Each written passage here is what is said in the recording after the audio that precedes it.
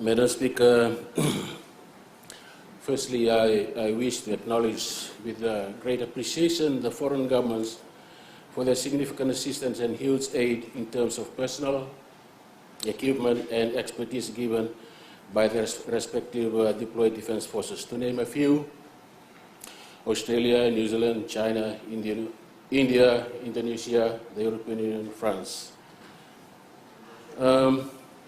While the rest of Fiji marvels at the invaluable contributions of the foreign defense forces and their vast resources, we must also marvel at the selfless service of our own military personnel, whom also have somewhat sacrificed in the same way. Madam Speaker, therefore, I would like to take this opportunity to commend the commander of the Fiji military forces, officers and men, for their commitment and diligence in the tireless efforts as well, with the compared limited resources that they have. The RFMF provided a very high level of participation during and after Tropical Cyclone Winston. It must be noted that pre-Tropical Cyclone Winston, the RFMF had already mobilized in readiness for the disaster. The RFMF planning team of 6 senior officers were deployed to DISMAC headquarters from Saturday, 20th February 2016 to assist the daily planning of DISMAC operation. A total of 12 senior non-commissioned officers were also deployed to provide 24 hours duty officers with DISMAC.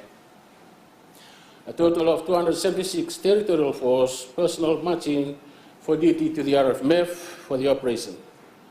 There was a deployment of up to 650 RFMF personnel daily, both regular and territorial force. In fact, during the operational peak stage, the RFMF deployments reached 285 personnel.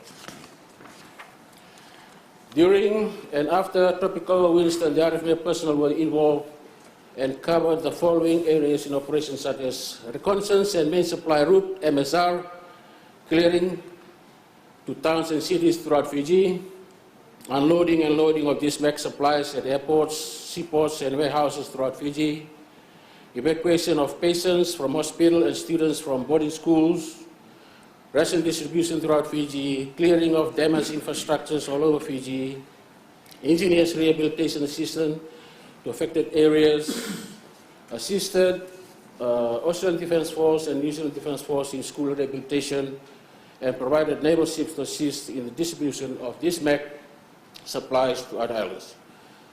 From day one and the next few days that followed, RFMF personnel were deployed to the various areas of the nation affected by Tropical Winston, which include Lomaiviti, covering Koro, Obalau, Ngau, Nairai, Batiki, and in Bonombalau, in Lau. In Wonolevu, covering Taviuni, Sausabu, Namboalu, and Labasa.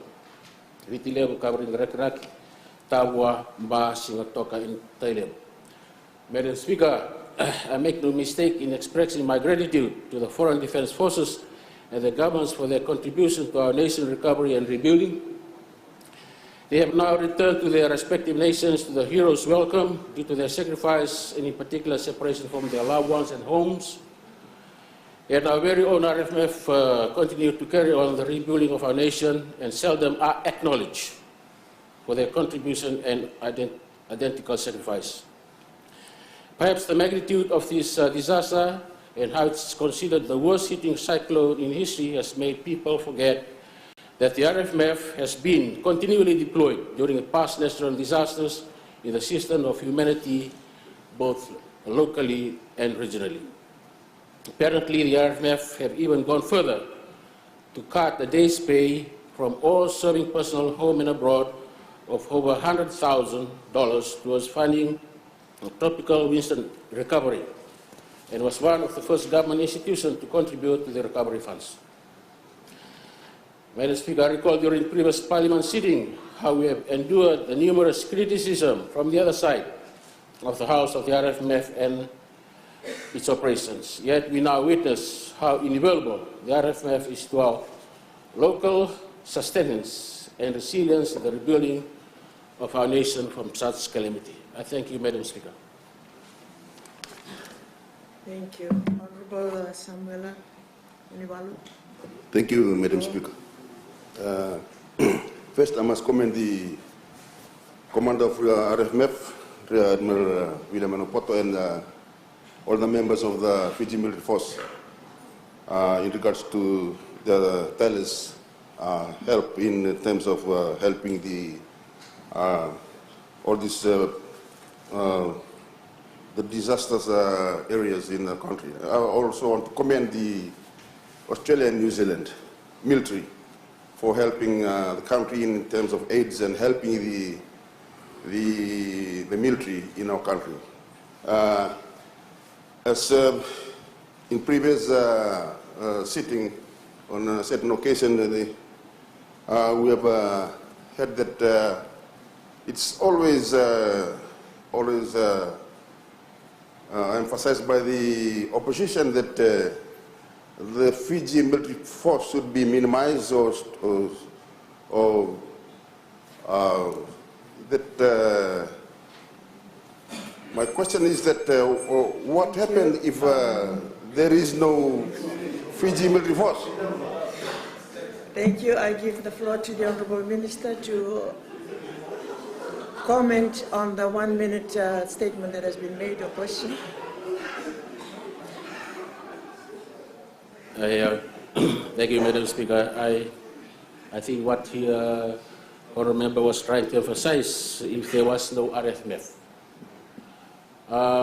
If there was no RFMF personnel after the cyclone Winston, it would be a disaster. Disaster in other areas because they fill in the gaps.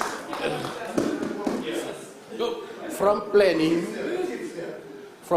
the operations into the area, helping the road authority of Fiji in clearing the roads, with all the systems that they have, because they have the capabilities to do all those things. It would be a disaster for Fiji if there was no RFMF. And we also have the system of the territorial force who are seasoned, and they are trained in these areas of helping the people of Fiji during disaster, both locally, regionally, and overseas. Thank you. I give the floor to Honorable Rondrondo Hasiriro. Thank you, Madam Chair. Thank the Honourable Minister for the explanation.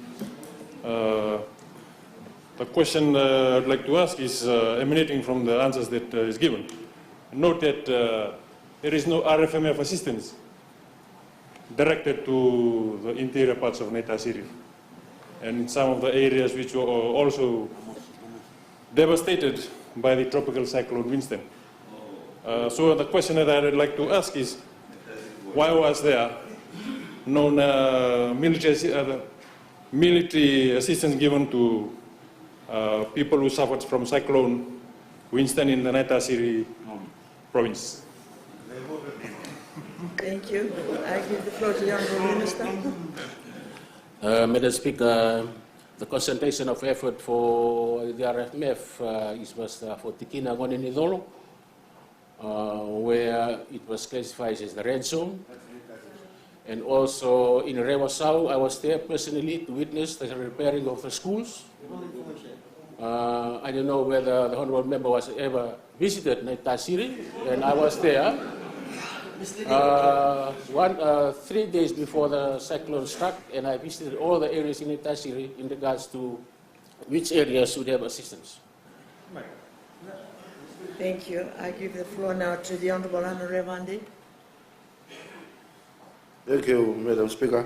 I just want to ask the Minister whether the Turanikoro and the Tikina reps were used by the military during the distribution of rations in the various, especially in the Lomoibiti group, were they compensated during the work with the military during the time? Thank you. Honorable Minister. Madam Speaker, I won't be able to answer that question because I'm not aware at the technical level whether they were involved in the distribution or not.